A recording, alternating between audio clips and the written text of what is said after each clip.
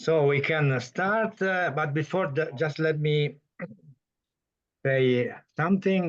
Dear Tram friends, good evening, good morning, good afternoon. Just three different greetings for three different time zones that are represented tonight. I'm glad to welcome you again to another appointment in this cycle of international video conferences.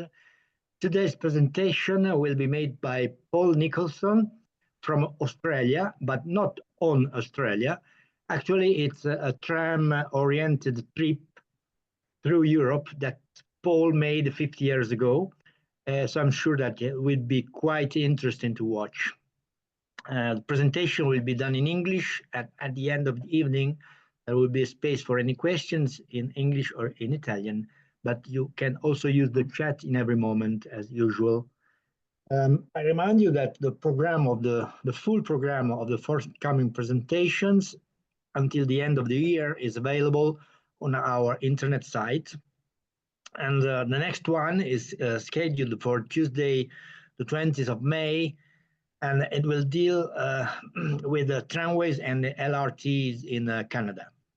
Thank you. Before giving the floor to Paul, I repeat everything in Italian. Cari amici del tram, buonasera, benvenuti a questo nuovo appuntamento con il ciclo internazionale di videoconferenze dedicato ai tram e altri mezzi di trasporto. Questa sera abbiamo una presentazione fatta da Paul Nicholson dall'Australia, ma veramente non sull'Australia, perché si tratta di un resoconto di un tram, di un viaggio tranviario che lui fece circa 50 anni fa attraverso l'Europa. La presentazione sarà fatta in inglese, alla fine della serata ci sarà spazio per domande in italiano e in inglese, ma potete usare la chat quando volete. Vi ricordo che il programma delle prossime presentazioni fino alla fine dell'anno è disponibile sul sito internet e la prossima presentazione è programmata per martedì 20 maggio e riguarderà tram, trasporti elettrici del Canada. Grazie a tutti e ora do la parola a Paul. Paul, please, the floor is up to you. Okay.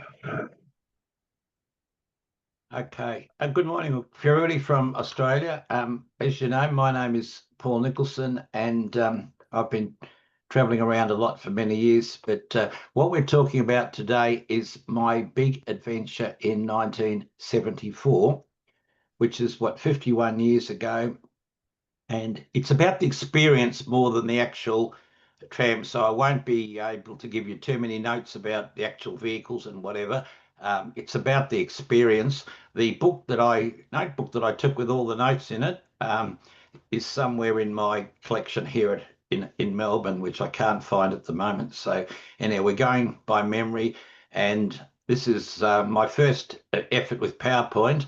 And I must, before I start, thank Peter Hazeldene's wife, Lynn, who got me out of a bit of a hole right at the very start. A bit of a steep learning curve, but I think I've managed it very well. Anyhow, this is me last year in Vienna on a trip that Robyn and my partner and I did in September last year. Now, how do I? Oh, golly. Oh, here we go. Now, I've used Mr. Google for the translation to help our Italian friend or our Italian friends. So I hope the translations are okay, but if they're not, you'll have to blame Mr. Google. Now, I just wanted to emphasize the tyranny of distance. All those years ago, it's a long way from Melbourne to anywhere, such as 16,000 kilometres to Rome. And remember, we're flying across Australia for the first 3,000 kilometres. So a typical flight time, even now, is 24 hours. And I just checked that when I'll be joining a few of you at the conference later in the year, it's 14 hours, 20 minutes to Doha, then another 6 hours and 25 minutes from Doha to Milan, which is our flight total time of 21 hours and 45 minutes. So even today, it's still very, it's a long way from Melbourne to anywhere of tramway interest in Europe. Now, back in those, those days in the 1950s and 60s, particularly, very few Australian tram enthusiasts went overseas because it was very expensive to travel by air and took a long time by ship. And you would recall, or most people who were working in those days would have had 3 weeks annual leave. And what we know as long service leave in Melbourne or in Australia wasn't overly common back in those days. So the main people who would have travelled overseas in those times would have been very comfortable, wealthy people, or people who would have been working. I only know of a handful of people who did enthusiast-related trips from Australia, like the one that I planned. But the change came in 1972. For whatever reason, they introduced cheap airfares from Australia, and was advertised as the $700 return, and that's about $400 in today's money. So that was a big difference, and the aim was to attract baby boomer people like myself, and lots of us headed across in the early days of those tickets, and that's what I always wanted to go anyway, and the cheap fares were what made the decision. Now, on these cheap fares, you could go from Australia to a nominated destination. You could only have one full stopover, but 4 or 5 transit stops were allowed. I'll tell you about them. A transit stop was basically a break between flights that was no more than 24 hours. So with a bit of creative planning, you could organise a 23-hour and 45-minute mini stopover, which I did a couple of times. I'll tell you a little bit later. Now, the cheap airfares opened the way, as I said, for baby boomer enthusiasts, those born between 1946 and 1963, to venture overseas, and that included me because I was born in 1950. Now, we didn't have internet back in those days. Phone calls were very expensive. The main way you communicated with people was by letter or by postcard, and information about the things that I wanted to do, which was tramways, mainly tramways, but all forms of transport, was not easy to obtain. And I had a copy here of, this is Earl Clark's Directory of World Electric Lines. Earl Clark was a gentleman from Cincinnati, now deceased, who put out this directory of World Electric Lines, and it was my Bible for planning the trip. I basically went through it, and I've just in the planning for this outing, for this event today, I have gone through what I've written down, the various notes. So that was my Bible for the trip. Plus this little book called Swiss Trolley Bus Systems by Mr. Scragg, who I think may still be with us. That was also very helpful because information on trolley bus systems was particularly there wasn't much of it. Now, the planning of the trip was the Cook's Continental Timetable was basically the Bible for planning the trip. We also were able to use Eurail passes through Europe, which I'll get onto a little bit later. But the timetable planning was done through Cook's Continental Timetable, which at the time was edited by the Honourable John Horace Price, who was a big name in the tramway enthusiast movement many, many years ago, and I understand a very interesting man to sit down and have a beer with. Now, I planned the itinerary myself, made by bookings by a guy called Phil Asker. He ran a travel agency in suburban Melbourne, and he specialised in servicing this market of young people like myself who wanted to go overseas on enthusiast activities. And he traded as the rail fan's friend. And Phil, he's still with us, not travelling too well these days, but he went on to become one of Melbourne's most prominent travel agents and tour organisers. He was a very successful businessman, but he got his start by catering for rail fans and transport fans as the rail fans' friend. But remember, no internet or anything in those days, so booking holidays wasn't the easiest thing. Now, I also had gone back through the various issues of Modern Tramway. I've been a member of there since 1967, and also the Trolleybus magazine. I've been a member of that since the same year, 1967.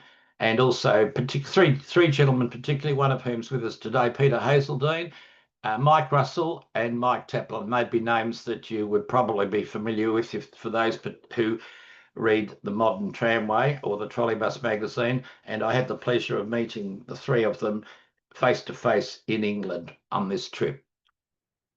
Now, the aim of my objectives were to experience as many different trams and other public transport as possible. The priority, in my case, was to ride and then take photos wherever possible. It was essentially using the trams to ride and see the cities and experience the trams, of course. Now, I was away for nearly 5 months. I left Melbourne on the 12th of April 1974 and returned home on the 2nd of September. That was 5 months away.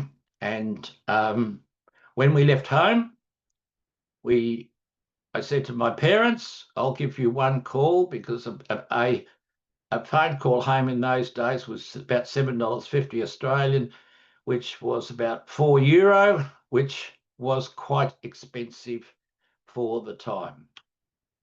Now, my cameras I took with me. I had two Minolta SRT 101 35mm cameras.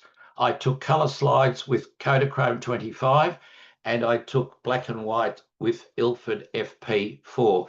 And I've put together a selection of photographs taken, a mixture of colour and black and white, just to give you an idea of the variety that I experienced. And the photos that I've selected are I won't say a random selection, but a selection of what I took. I've spent many, many hours going through the collection, and I've picked out a selection which I hope will be of interest. But it is just a representative selection to give you an idea of the variety of equipment and experiences that I had in the travel. Now, for the first part of my trip, I travelled with one of my enthusiast colleagues from Melbourne, a gentleman who's still with us, aged 85, but not in very good shape.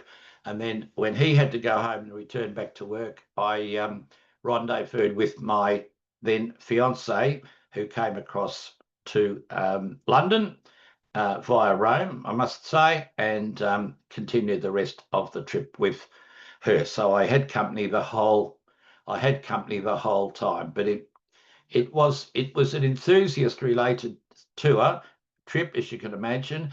And we kept going, but a lot of Australians, they go on what we call a bash, and that's where you push yourself to your absolute physical and emotional limits. Probably a bit like mountain climbers or other thrill seekers like that. But I've find that a little bit stressful. But I still know of people who go from Australia, not many, at that pace even today. I thought I had a photo of me with the camera. Well, that's it. But anyhow, that's me, the handsome young man I was, back in 1974. That was towards the end of the trip in Bergen, Norway, which you'll see a little bit later. Now, most Australian enthusiasts of the era, they travel. South Africa was the big attraction because there were steam trains still running mainline, and the vast majority of Australian rail fan or transport fan travellers were attracted to the steam in South Africa. And whilst I wasn't what we call a steam gunsel as such, one of the things I did want to do is ride behind mainline steam in South Africa, which I did on 2 occasions on a big round trip. Now, we started the trip it was actually Good Friday on 1974. The way the flights went, we went to Adelaide, we had to change planes. We went to Perth, we had to change from domestic to international. And as it turned out, the plane from Perth to Johannesburg was running late. So I scored a day, or most of a day in Perth, and had a couple of train rides, which unfortunately I didn't take any photos. So I did have a train ride in Perth before the electrification. Then the flight, the way of saying the flight was late, so I scored a day in Perth. And South Africa was my first real overseas destination. I had been to New Zealand in 1970, but this was the first, this was my first big adventure, something I had always wanted to do, and it was my aim in life before I settled down and got married and all those sorts of things.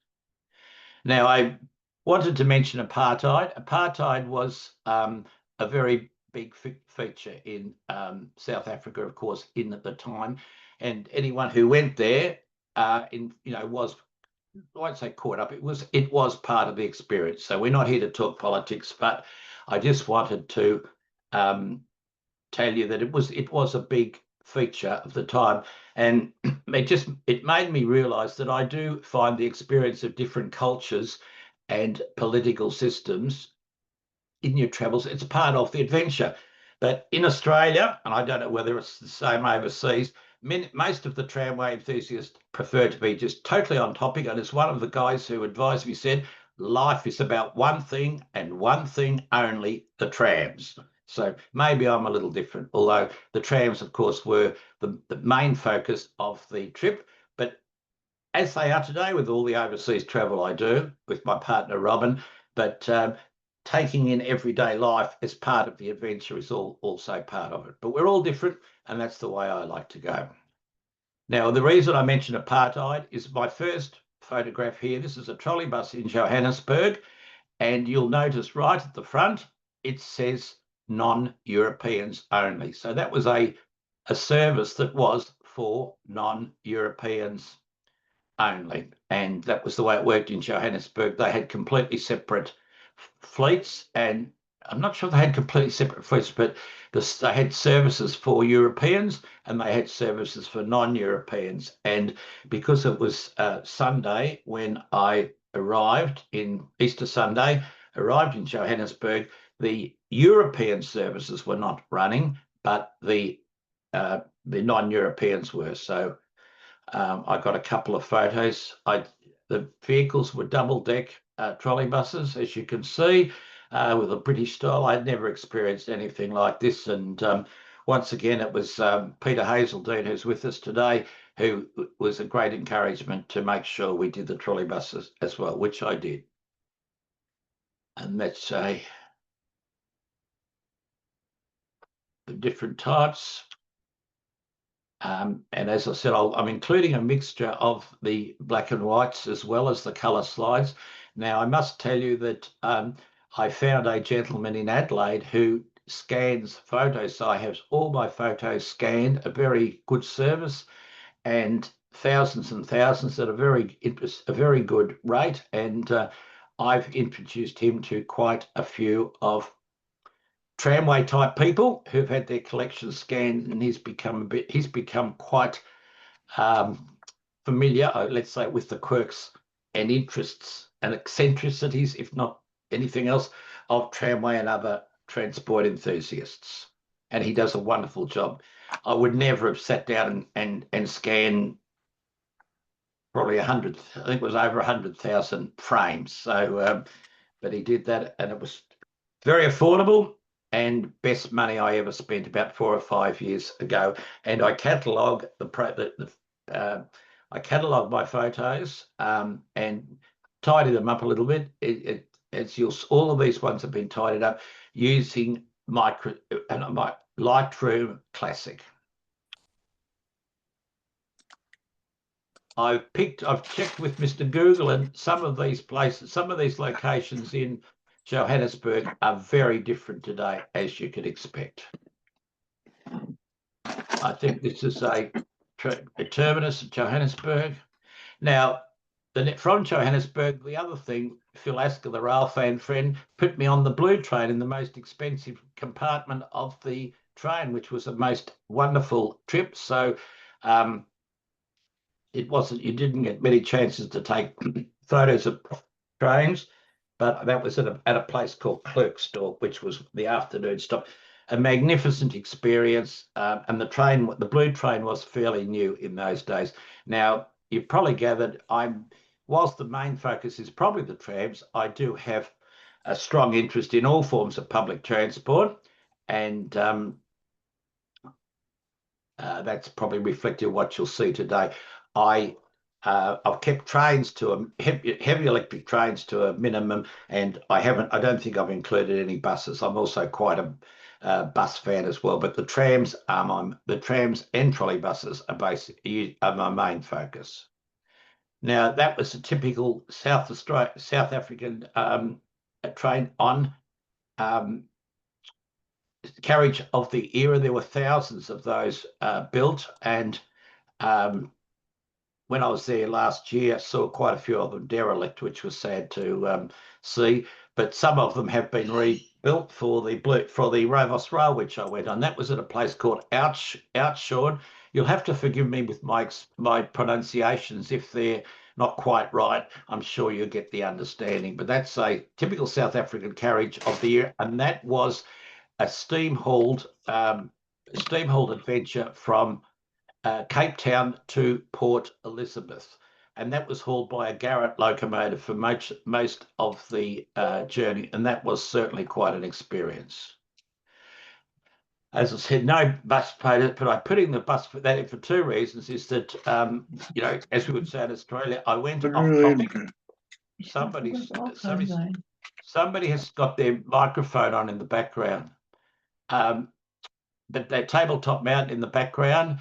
And the reason I included that one bus photo is because it was run by City Tramways. And you'll see in the front thing there, it's got non-whites on the front. The Cape Town was different because that destination, or supplementary destination sign, if it had it had all sorts of combinations, but the colour of your skin determined whether you could get on or off. That's what apartheid was all about. And I went to Port Elizabeth and had a ride on a suburban steam train out to a place which was then known as Uitenhage, I think it's pronounced, and that was a typical South African outer suburban steam train. Another view there. And after that, we ended up at Pretoria. I went to Pretoria and found my way to the bus depot, where two trolley buses from the fairly recently closed system were in the garage, and was able to have a look and get some photos. So obviously made quite welcome. And the one thing I did notice in Pretoria, there was still a lot of overhead wire from the abandoned trolley bus system. Now we go on to Portugal, and that was on a TAP, Portuguese Airlines flight from Johannesburg to Lisbon via Salisbury in Rhodesia, now Harare and Luanda in Angola. The Portuguese Revolution was going on. The revolution was going on there about the same time. So we travelled at a very interesting time. And if any of you have heard of the Mile High Club, one of my memories of that trip was two people who had obviously engaged in the Mile High Club, but I digress. Now, I arrived in Lisbon on the 1st of May, which was the May Day holiday, and it was less than a week after the revolution. So the first thing we saw was soldiers carrying machine guns with them. Oh my God. But everyone was happy, and even saw lots of young ladies kissing the soldiers. So the revolution, I think, happened on the 25th of April. I was there on the 1st of May, and it was right in the middle of the revolution. But one cannot let a revolution interfere with the tramway coverage. There we go. As my friend said, we're here for one thing and one thing only. So my visit to Portugal included Lisbon, Nazaré, I think it is, Coimbra, Porto, and Braga. Braga it should be. So I'm just got a brief selection of photos from each of the places. So it was a typical single truck tram of the era in Lisbon.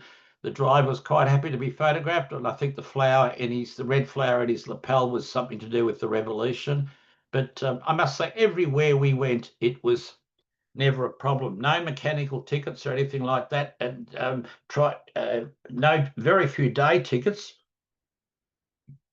Oh, sorry. So sometimes trying to explain where you wanted to go, but I usually just had a little bit of paper and wrote the destination of the tram on the little bit of paper, and that usually did the trick, because there was very little English spoken in those places all those years ago. And his single truck tram of the era and a maximum traction car. This was all taken on the May Day holiday at the terminus. I think that's the terminus of the 28, and I think it may still be the terminus. Anyhow, forgive me for my memories are very strong, but the detail, what we call Gunsel knowledge here, is a bit removed. And of course, as I said, the notebooks that I took are not, as we would say, not immediately available, meaning they're somewhere in my house here at Ringwood in Melbourne. And then we went up to I call it Coimbra, but I think it's called Coimbra. Oh, anyhow, you know where I'm talking about. And that was the Route 7 to Tovium. That was an amazing little tram track along like a country lane. And they had a trolley bus system there. And here's looks like a bomb site, but I'm advised that this location now, all that area in the background is now a big housing estate, but the trolley buses have gone there. Then we went on to Porto, and on a Sunday, single truck tram on a single line with a passing lead. That could have been Ballarat or Bendigo, still going in 1974, and with British cars. Notice I think there's a Morris 1100 on the left and a Mini Minor, but all very good. Route 3, I think, was closed not all that long after. Then the trolley buses also in a Porto, single decker. I presume that's number 2, fleet number 2, and route number 9. I discovered just recently that Bolheo is the city terminus, but that was the outer terminus. Then up to Braga, which is a place I don't think many Australians got to. That's the trolley bus system there, which used equipment that came from Heilbronn in Germany, and took rides out on the thing. All this from Lisbon around to Barcelona, we hired a car and travelled by car, but the rest of the time was by public transport. So we just rocked up here at Braga, found the trolley bus wires, and went for a ride. When you think of it, we just ventured out without any. Well, I think I had a map. I'm not sure, but it was. You'd done your homework anyway. So then we went on to Spain, and it was in the later days of the Franco regime, and they were the places I visited. I'm not going to try and La Coruña, is it? Gijón, Santander, Bilbao, Zumarraga, Zaragoza, Tarragona, Rus, and Barcelona. As I said, forgive me with my pronunciations, but I'm sure you get the drift. We called in at Pontevedra and went to the depot, and not a word of English was spoken, but the gentlemen at the depot were more than happy to back out the Q1 from London, That was the first time I'd ever seen a London trolley bus, and they were very happy to show us around, and they even showed me the electrical substation, and I remember having labels on it, Finsbury. So Finsbury must have been a trolley bus location in London, but that was an amazing experience just to turn up like that. And it was late afternoon, you could see from the angle of the sun, and he backed it out. He backed the trolley bus out. I think it's the only time certainly on a private trip, the only time I've ever had a trolley bus backed out of the depot for photos. Normally I take photos on the road. It's very unusual for me to visit depots, but I had to see the Q1. Then we went for a ride on this little gem, number 4, out to I think one of the routes may have closed by then, but that was the outer terminus with wineries in the background. Then to La Coruña with a fleet of Q1s, some of which had been cut down to single deckers, which I thought they looked rather bizarre. Anyhow, got quite a bit of coverage there. And that was out at the outer terminus, and I'm told that area is easily recognisable by the overhead wire, those strange-looking bracket arms. Once again, notice some English cars or British cars in the background, a couple of others as well. Then on to Santander to Astillero, which was a one-route system that closed not long after my visit. I was able to do the ride the run, and that was I'm sure at the terminus. And as you'll see, people were, the gentleman or whoever was up the front of the bus, people were interested in taking photos from visitors. Obviously not locals, but we didn't have any problems at all anywhere travelling. Now, this was one of the great, I want to say, discoveries of the trip. We knew the former vicinal trams were running on, Belgian vicinal trams were running on the line from Nicholson to Avilés, I think it was.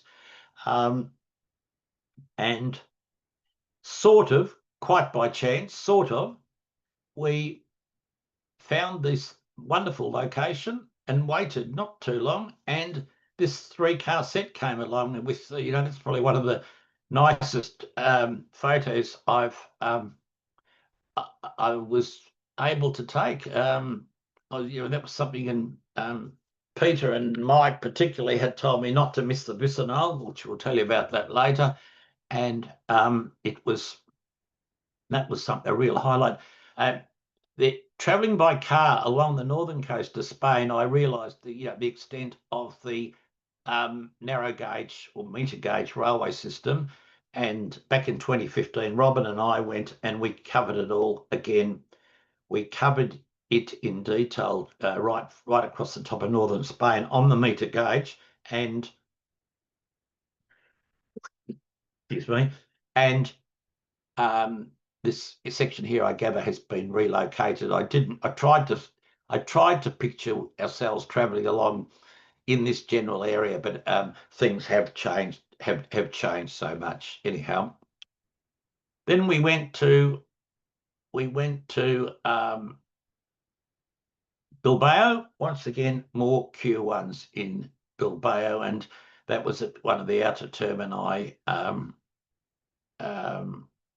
in Bilbao, and I noticed a bar at the end of the line. I must say, even today in my travelling experience, we like to but during the day we like to go out, and if you get to the end of the line like this, there's a bar nearby or a cafe.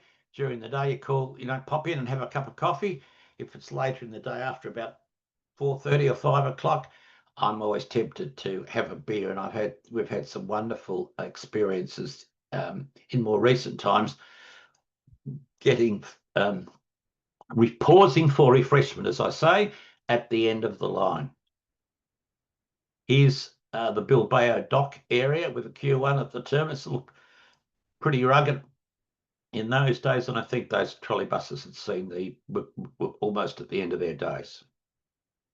Now, from Bilbao, we drove across and discovered this line. This was an interurban line, the Zumaia to Zumarraga line, which was the big discovery of the trip. Now closed, long closed, and we backtracked because we had the car. We backtracked and we chased this interurban type train for the journey on the Sunday morning, and that was one of the most amazing experiences. I had never seen anything like that. I pictured it as possibly being the closest thing I'd probably ever see to an American interurban, and we chased it in the car all the way from Zumaia to Zumarraga. It closed in 1978, and I believe much of the track is now, or the bed is now a walking track. Then on to Zaragoza. Forgive my pronunciations, where these distinctive looking trams were running with trolley poles. So being from Melbourne, that was quite interesting to see. So yes, all the trams that I'd seen so far had trolley poles in Portugal and Spain. And of course, more Q1s in Zaragoza. And I presume that is a chopped down Q1. Forgive me if I'm wrong, but once again, it looked rather strange. And notice the passengers all queued up, which was interesting to see. So now I've purposefully included a mixture of colour and black and white, just to give you an idea of what I did, because like film was very expensive in real terms. A roll of slide film was $6 Australian, but that's the equivalent of about $60 in today's money, right? Which would be about €40. That was for 36 exposures. So when you go back through your photos and realise you might have taken only 3 or 4 here, or half a dozen there, that was it was just, in real terms, everything was quite expensive with photography. Now, this was a system, Tarragona to Reus, near Barcelona, the one that got away. But for some reason, we were able to go into the depot and get a photo of these retired vehicles. And then on to Barcelona, where the tramway interest was, the Tibidabo Tramway, which Robyn and I have been back a couple of times. And that area now, I believe, where the tram used to terminate, is now a car park. So we deposited had a good look around the Barcelona with the various light rail type meter gauge railways there, and we commenced our Eurail Pass coverage in Barcelona, and I visited. Now, I'm not going on a blow-by-blow itinerary, but the countries we visited were Switzerland, Austria, Germany, including Berlin, East and West, Netherlands, Belgium, France, Denmark, Sweden, and Norway. And then there was an interlude in Great Britain and the Isle of Man. So the Eurail Pass was a good way to travel. With the itinerary that I worked out, was staying at a different place almost every night. I booked hotels along the way, middle of the road hotel, pensions and middle of the range hotels. It's very different traveling through Europe then and it is to now. Few of the rooms had private facilities, so if you wanted to have a shower, you had to go downstairs and see the lady, and she'd give you a key and charge you a certain amount of money to have a shower. And I always remember the breakfast was 1 cup of coffee and 2 rolls and butter, and that was what you got, the breakfast buffet, which is now the common thing. Obviously, was some years away, but that was something a little bit different, which we got used to anyway. Now, my first experience, or one of the most lovely experience, was the Val de Ruz trolley bus in Switzerland, in the western corner, and we were able to, without the language, and Switzerland, where everything's done to the second, organise a photo stop on the way out. So there's en route, notice a single wire trolley bus, rural trolley bus. It doesn't get any better than that. And that's the colour version. Fortunately, the colour, the black and white's better, but just to get an idea of the colour. Now, we did some of the light rails. These what I call tramway type interurban railways around Switzerland were a big attraction. That was the one called the CJ that ran out from La Chaux-de-Fonds, I think, but in the French-speaking part of Switzerland. Then on to Zurich. Now, these slides are not necessarily in order, so if I appear to be jumping around, please forgive me on that, but I just want to give you an idea of the sort of thing we were able to experience. So that was in Zurich. Then in Lausanne, the old trolley buses. And that's Lausanne station, the type of train, a type of regional train that was quite common in those days, now mostly EMUs. And interurban lines, like the fascination of the interurban lines was a concept we'd never heard of in Australia. So I wanted to, travel on quite a good representation of that. Notice the track work there. Is it AIGLE, AIGLE? That the little, notice the double slip compound. That would be pretty unusual in tramway context. Anyhow, I didn't ride that line, but that was one of them. Then I think that's Montreux to Vevey. And that was the Les Diablerets, is it AIGLE, old stock, went and connected across to the MOB. So these are a little bit out of order, so but I want to give you an idea of what we saw. Then on to Neuchâtel, and an interesting looking tram. There was still town trams running in Neuchâtel at that time. One of the word is, my pronunciations are terrible. And that was the Biel-Inz line, and that was like a tramway type, one of these lines that ran through the streets to start with. That section was later abandoned, and that was at the other end. I was just totally fascinated by these lines that sort of had well, to me, they weren't trams and they weren't trains. They were sort of somewhere in between. And of course, we had nothing like this in Australia. In Lucerne, we went and did the round trip to Pilatus, and that was at the near the trolley bus. Well, it was a trolley bus connection as part of the round trip.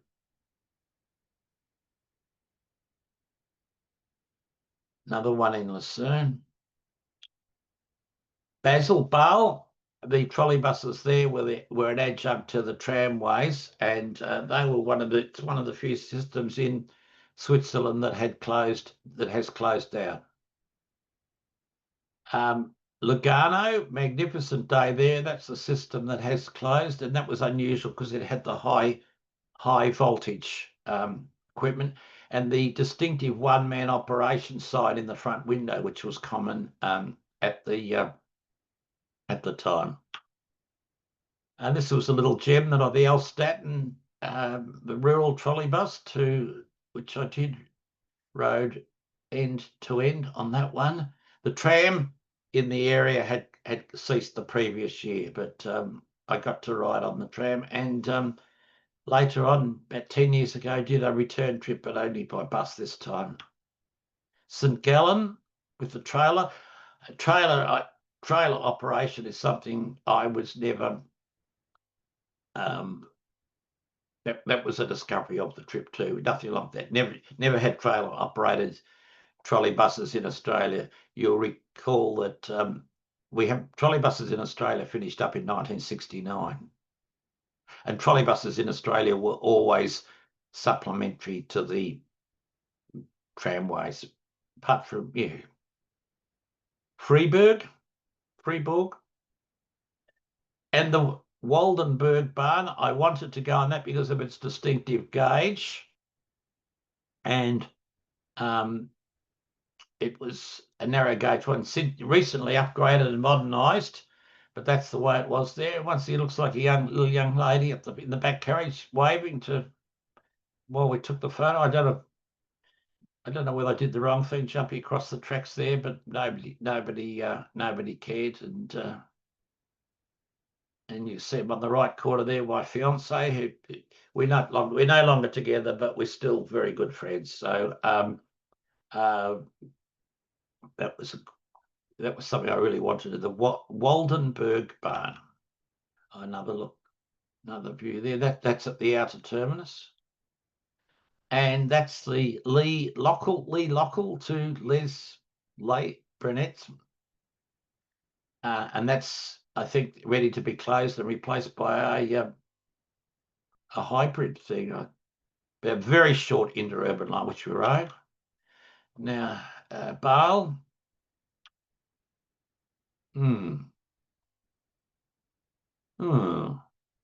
Trolley bus in Switzerland. I'm sorry. Route R, somebody will know. And this is the MOB, the mighty Montreux Overland Railway. Golden Mountain Pullman Express. Oh, sorry about that. That's a bit blue, but that was the unique. Sorry, not up to my usual standards. That's I think that's by the Val d'Europe trolleybus again. The Forge Barn in Zurich. Now, I don't know any of you other ladies and gentlemen listening to this. Oh, sorry. We keep going, particularly when we're young and younger, keep going, but sometimes it just gets too much. And when we're traveling around Zurich, we got to the end of the day and I wanted to do a ride on the Forge Barn, and we were just too tired and stonkered, as we would say in Australia, old-fashioned name. And the Forge Barn had to be what I could become an unrealised transport objective. So on a later trip back in 1989, that was high on the agenda to do the Forge Barn, which hadn't been done before. I'd taken photos, as you've seen here, on the tramway section, but hadn't ridden it. But there just comes a time when you just can't, not very often, but every so often, it just happens that you just cannot do any more. I'm sure there's people here who probably have had that same experience. The Thun trolley bus, that was probably the worst day weather-wise, but I soldiered on, and the postal trailers on that were an attraction. And then there's the trolley bus what we caught waiting to go along the line on the western one side of the lake anyway. And there's the terminus shop. That's in the most atrocious weather, but I did manage to get a photograph of the Thun trolley bus, which had closed sometime later. That's one of the private suburban lines out of Zurich. And back to Elstatten again. That's the trolley bus line, and the tram had come down through the city there, but it had closed. So I didn't. La Chaux de Fonds, that was, I think, the only system that we went to that we didn't ride. More on Zurich. Now we go to Austria, Salzburg. Now that's Kapfenberg, with an interesting system which had no idea where it was going or what it was. That was one I had very little information on, but wanted to go and see. And on to Vienna. Now, whilst it was summer on the travelling, the previous, more recent trips we've been in Europe in summer, it's been 35 every day. Back in 1974, it was much more like, well, we had a few lovely days, but we had quite a few wet days as well. But that didn't stop us getting the coverage, and that was the first ride in Vienna. Now, we got to Innsbruck and went out, went riding around on the trams and and we went on the line, route 4 out to Solbad Hall, and there were fans everywhere. And sort of thought, hey, something must be going on. Anyhow, it turned out it was only a day or two before the line had closed. So we were there in the very final days of the Solbad Hall line, which was closed because they wanted to rebuild the road, as I understand, and with the distinctive duck and duckling trailers. There's a crossing shot there with lovely Innsbruck scenery and local young ladies in the back there, which they're probably grandmas now, but anyhow, that's the way it is. Suburban terminus in Innsbruck. And the original trolleybus system in Innsbruck, the route A road, photographed in road, and also back in 1989 rode the second Innsbruck system, which is long gone. Oh, we're back to Bruck. Sorry, look, I'm jumping around here, but I'm sure you're getting the feel of it. Ex-German equipment. Now we get into Germany to, now this is Bonn. I think it's Bonn. I've jumped around a little bit. I've shared a few of these photos on Facebook, and I have an email from the Bonn transport people asking if they could have some of my photos, because photographs of the day-to-day photos of the 1970s are not too common apparently. And mentioning email, if anybody would like to make contact or ask questions or whatever later on, I'm more than happy for Rosanna to give you my email address and contact details. So feel free to make contact anytime if you'd like to follow up on anything I've raised today. Frankfurt. And that was the view out of the hotel room at Frankfurt, which those trams were very new at the time. And on more recent visits to Frankfurt, that area out in front of the station still looks like a construction site, although it's quite different but instantly recognisable. The Frankfurt trams in the interim style with the for platform loading. And that little area there, no longer carrying regular services, I gathered, because when I was there in more recent times, just outside the Hauptbahnhof, that section wasn't used, but a duo car came along on a special working while I was there. Bit of a rough part of town there. I was a little bit wary of the surrounds when I was there on a more recent trip, but once again, I haven't had too many bad well, really, I've never really had any bad experiences at all while traveling around taking photos. The new trolleybus route in Rome a few years ago, is it the Route 70? The driver there yelled and screamed at me, but it didn't matter. And I had a problem at Mattapan in Boston. Everybody seems to have had a problem at Mattapan, but with all the places I've been to and all the photos I've taken, I've never really had any problems at all, other than those, literally a handful of unpleasant events. But 60 years I've been taking photos. This is Esslingen, and I just read in the latest trolleybus magazine they're getting a new fleet of trolleybuses. So this must be about 3 generations ago. Oh, now, hang on. What have I think that's Essen. Look, you'll have to forgive me.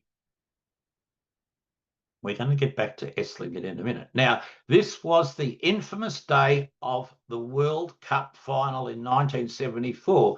Couldn't quite work out why, this is Mulheim, why things were so quiet. It was the big football final. So, you know, it was great for tram enthusiasts because there was hardly any cars around, a few people, and it looks like a bit of a ghost town there, but everybody was, the trams were running, but everybody was at home watching the football. I was out with my partner taking photos of trams, riding and taking photos. Mulheim again. Now these are Ruhr. The Ruhr,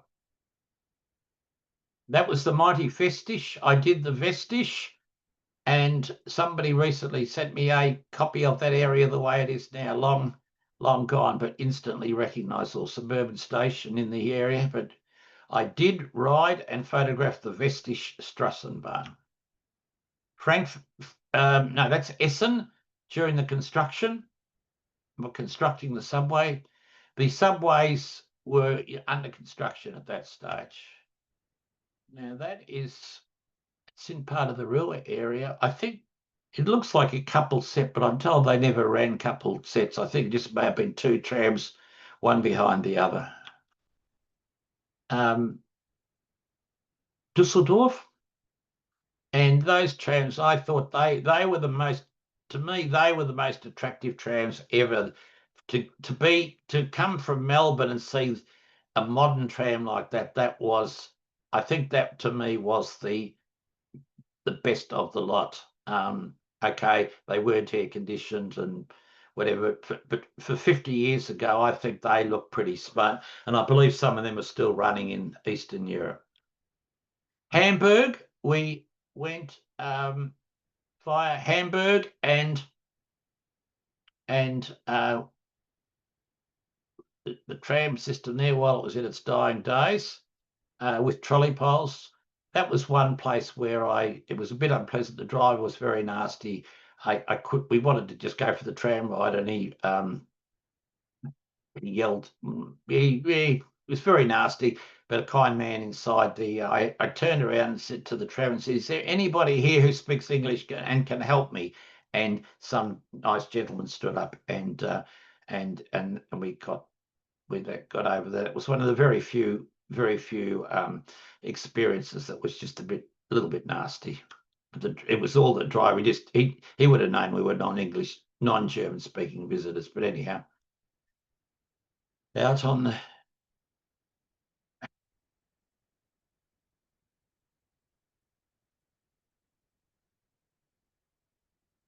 the trolley poles, it's sort of, whilst they were totally different to Melbourne, like the size and the size of the trams and the trolley poles sort of, had a little bit of a Melbourne feel. And of course, Hamburg's one of the few systems, fairly rare systems that have been abandoned in Germany.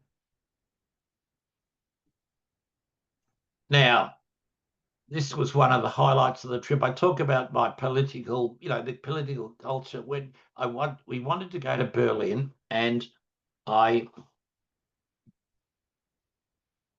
knew about the Berlin Wall, and I knew about the Iron Curtain.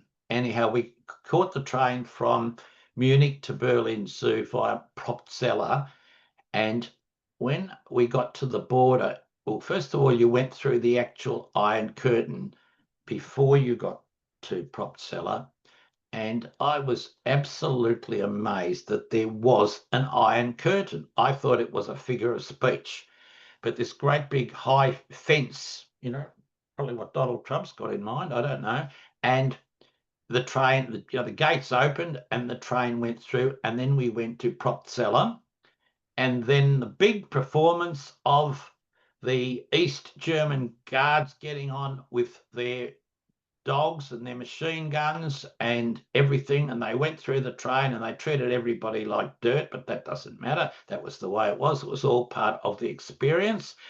So we went through, the train was one of the corridor trains, and we went through East Germany. I kept my camera in my bag, very, very nice, because they go on through the train with to check your tickets and the gun, the dogs and the guns and all that sort of stuff.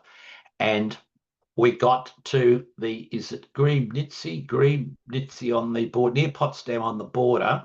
And when they got on the train with this great performance, tough guys with their guns and whatever, they left the train all meek and mild because we were just about ready to go into West Berlin. And I found, whilst I wasn't totally prepared for it because I hadn't realised exactly what it was in for, it was one of the most interesting experiences of the trip, so much so that I've been back to Griebnitzy to have a look at the area today. And on a recent trip, Robyn and I stopped off at Propzeller, where the station is now a museum. And that's whilst there's no English, although the man did tell us in broken English that they were going to have English commentaries, the station is now a museum, and it's very well done. And they've got little models and dioramas that relate the experience exactly as I experienced it in 1974. So if anybody's in the area and you're interested, it's well worth doing. Now, these are some photos of Berlin at the time, once again with my fiance. They were waiting for me to take the photos. And I've been back since. I've been back there since a couple of times. I think that's now the end of the 67, where you can do we've done it twice, a fantastic trip in the old East Berlin part, which involves a trip on the rowboat ferry service here, F24. That's a terminus there. Now, it's one of the terminals that's very run down in East Berlin. And the lady driver, she was very sad. Her daughter was she spoke a little bit of English, and she told us her daughter was in London and there was no way she'd ever be able to go and see her. And it was all very sad. So, but, it was part of the political process of the time, all very different now. I think I took just black and whites there. I was very cautious. I think photography in East Berlin in those days was verboten. But anyhow, I was. Now back to the west. Now here we are back in Stuttgart, and that was the border between the tram line and the Esslingen trolley buses. Now this was Esslingen, Nellendorf, Denkendorf. Once again, forgive my pronunciations, but that was also in its dying days. So we were very pleased to go on that. And the tram had been truncated to that terminus on the outskirts of town. It's sort of this was something real life. It's a bit hard to explain, but you just didn't have the knowledge. Well, we'd certainly studied up. I'd certainly studied up, but to actually visit and see these things from Australia was really quite something. Then I must be the crossing stop. So there's one of my colleagues there getting in the tram, and the trailer, they did a run around, something with the trailer. Now, where are we now? I think we're in Hanover.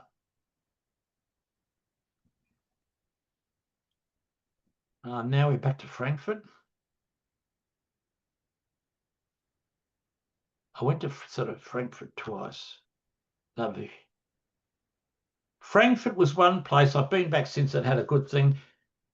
Once again, I think one of the days there, we didn't get going till about 11 o'clock in the morning. We were just exhausted after all the travelling. So Frankfurt at the time, I only did about half a day. And went out to, I think the line is at Offenbach. We were supposed to pay a supplementary fare. We couldn't work out how to do it. And I think travelled illegally on that last section. Bonn.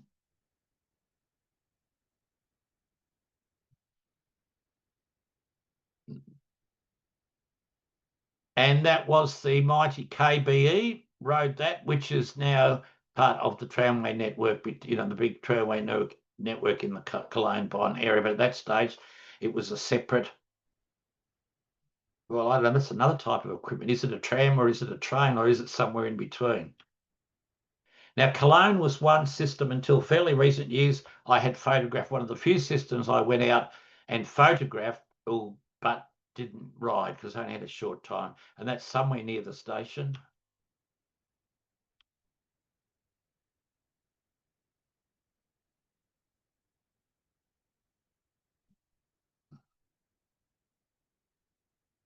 There might be Bonnekids. Another one. Now we go to the Netherlands. The Hague was amazing with the PCC cars, right? And gave them a very good nudge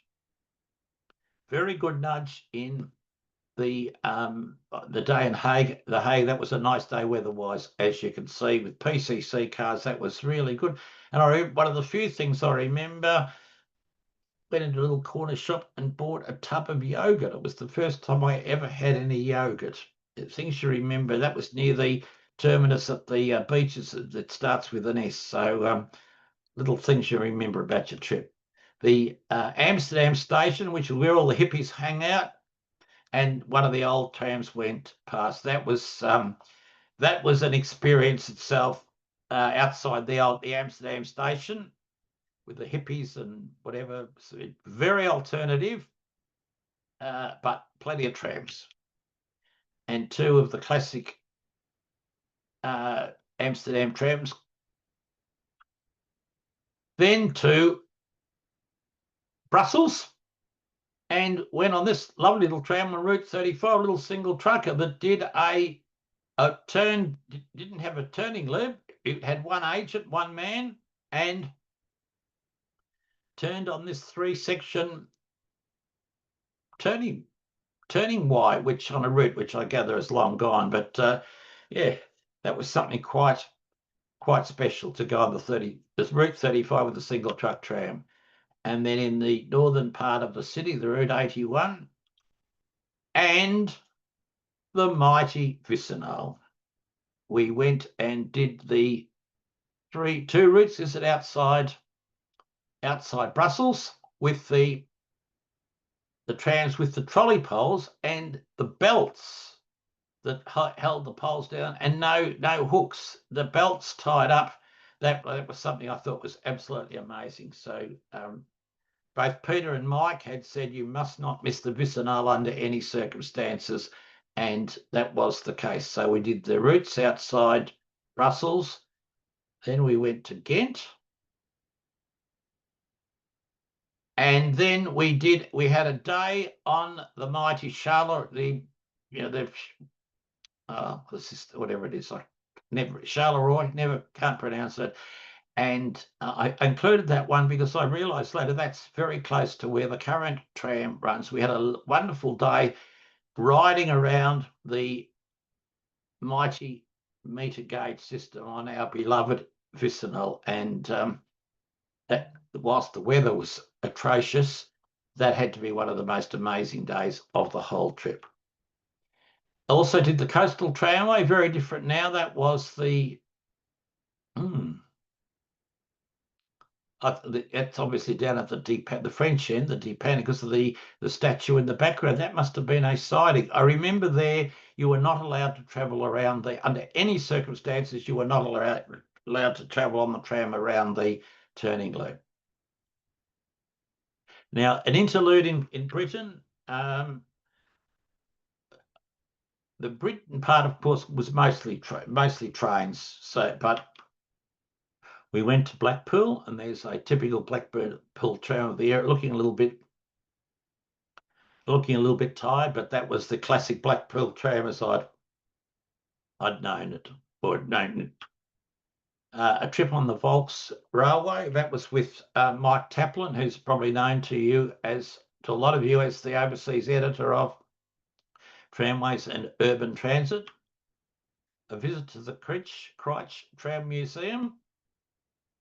Went back there just last year, which was it was last year, the year before. Lovely, wonderful experience, but that was in its early days. And a trip on the Romney Height and Dymchurch, which I've also been back to in more recent times. That was something I really wanted to do. A trip on the Ride the Ryde Pier, well, the Isle of Wight Railway using old London rolling stock. Notice the driver reading his paper before departure. Now upgraded and replaced by more modern rolling stock from London. A trip around the mighty Southern Electric, which was a legendary thing. That was at Chessington South. And the mighty East London Railway line using the rolling stock, the tube rolling stock with the Southern Region EMUs in the background. A bus photo there only because it's an RT bus, and somebody said that looked like I pinched a postcard, but I can tell you it's one of my photos.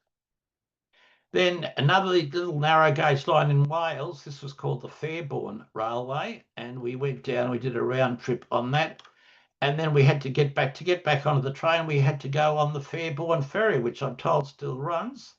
And that was the opposing movement. You can see the train bridge in the background. The Telly Lynn Railway in Wales, that was one of the originals, as you should probably know, and that was a sort of a sister operation to the very famous Puffing Billy outside Melbourne, not far from where I live here at Ringwood. Now, homeward bound via Scandinavia. I'll tell you the story about Scandinavia.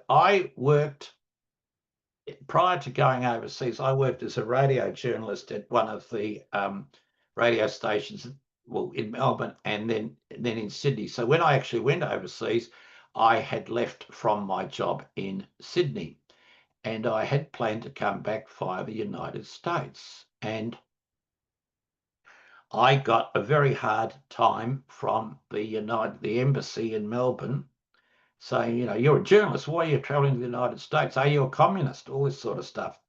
And they said, you've got to come in and have an interview. And this was only about a day or two before we were due to go. So I rang up Phil Asker, the rail friend, and said, what do you want me to, what should I do? And he said, forget about United States, leave that to another time. I can book you to come home via Scandinavia. That was the best thing that ever happened, because I got to Scandinavia. And then later on, when I went to the United States, when I was a respectable married man with a permanent government job and a wife and family and was studying at the university, I was considered quite appropriate to go to the United States. So be interesting to see what happens when Robyn and I make our next visit in this coming September under the new administration. I'm told they can be quite what's the word, demanding on when you arrive there. Anyhow, that we wander away. Scandinavia. Oslo was one of the first, Oslo with these mighty trams that were still going strong. The Scandinavia was quite a contrast to the, what else we'd said, and it was really good. So they're the trams, they're long gone, but I'm told there's one in the museum still. The mighty goldfish cars. And when I found these, this is another example of, you just had no idea of what was there. You saw it in the Earl Clark sky, but these were the lines outside Oslo with this equipment. They're not as old as they look, but I thought this, when we got on this, I thought, what have I discovered? Is this the Pacific Electric, still running or whatever? But this is absolutely amazing. And that's the slightly different types of equipment, as you see. Conductors. And then that was the other interurban line on the other side of Oslo, did the lot. So from Oslo, we went to Bergen, and trolley buses in Bergen, which was very unusual in the Western world because they had the 9 TRs from the Czech Republic. And the old Sunbeams, there was still one there running, which I've got a photo of. That was a pretty wet day as well, but went out of. Now to Trondheim. And I've had this photo up recently, and I'm told this area is totally different now. That's the tram depot, or the old tram depot in the background, now a skating rink.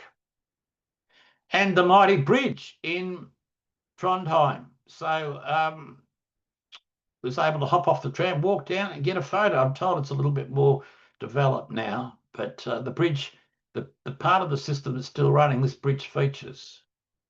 Then to Gothenburg, or what I say then, Gothenburg was, I think, that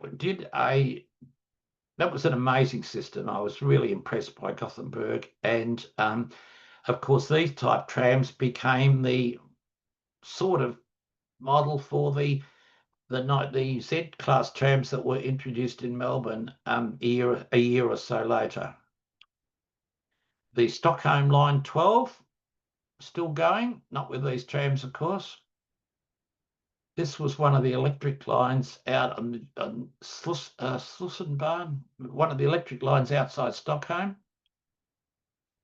And then the mighty trams, the line 21 on the other side of Stockholm. Now I'm told that's actually a tram going the other way. And notice the point bar on the front. The narrow gauge lines in Stockholm, another discovery. I was absolutely amazed at those. So we went for a ride on that. Now this is Copenhagen, a suburban train. And that was a connecting rail car from wherever this was with the red suburban trains, which reminded me a little bit of Melbourne with the Harris trains. And I think they were 1500 volt DC like in Melbourne. Now coming home, the long trip home was Copenhagen to Tokyo with the refueling stop in Moscow, Russia. So I've been to Moscow for 1 hour.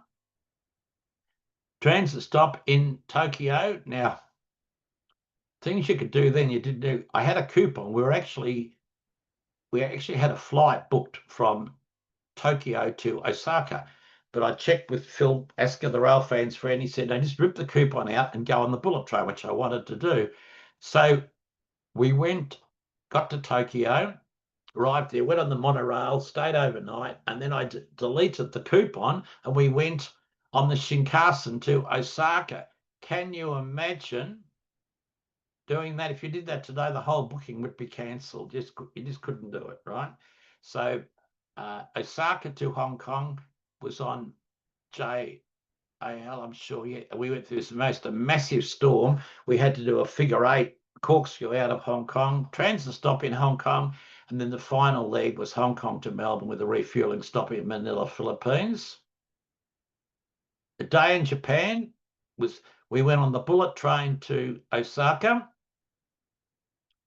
and we went for a ride, an end-to-end ride, as you would say, around the Osaka loop line to the complete circle, and that was the one. That was we did we were the only Europeans on the train, and a few of the locals were really interested to see some Europeans. So that was just a few hours in Osaka.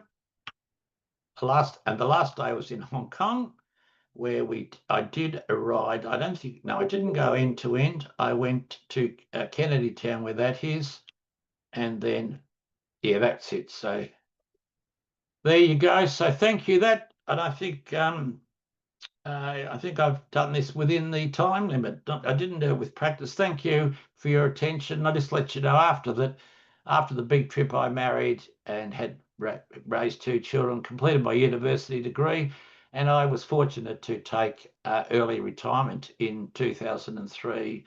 Mary and I went our separate ways in 2007, but we're still friends. But since then, I've travelled extensively with my current partner, Robyn. Some of you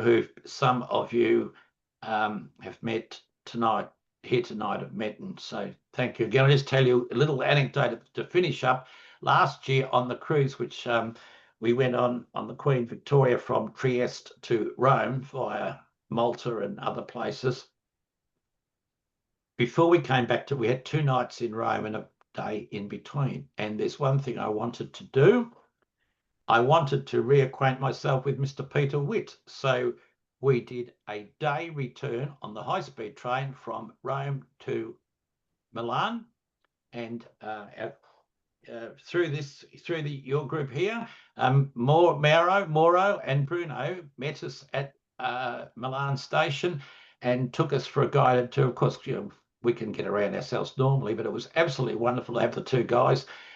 They took us on all the bits and pieces. The 4 hours or so that we had in Milan, we saw and rode the Peter Witt trams together. It was a new experience for Robyn, and she loved it, but I wanted to see them again. And so that was a little connection with your group.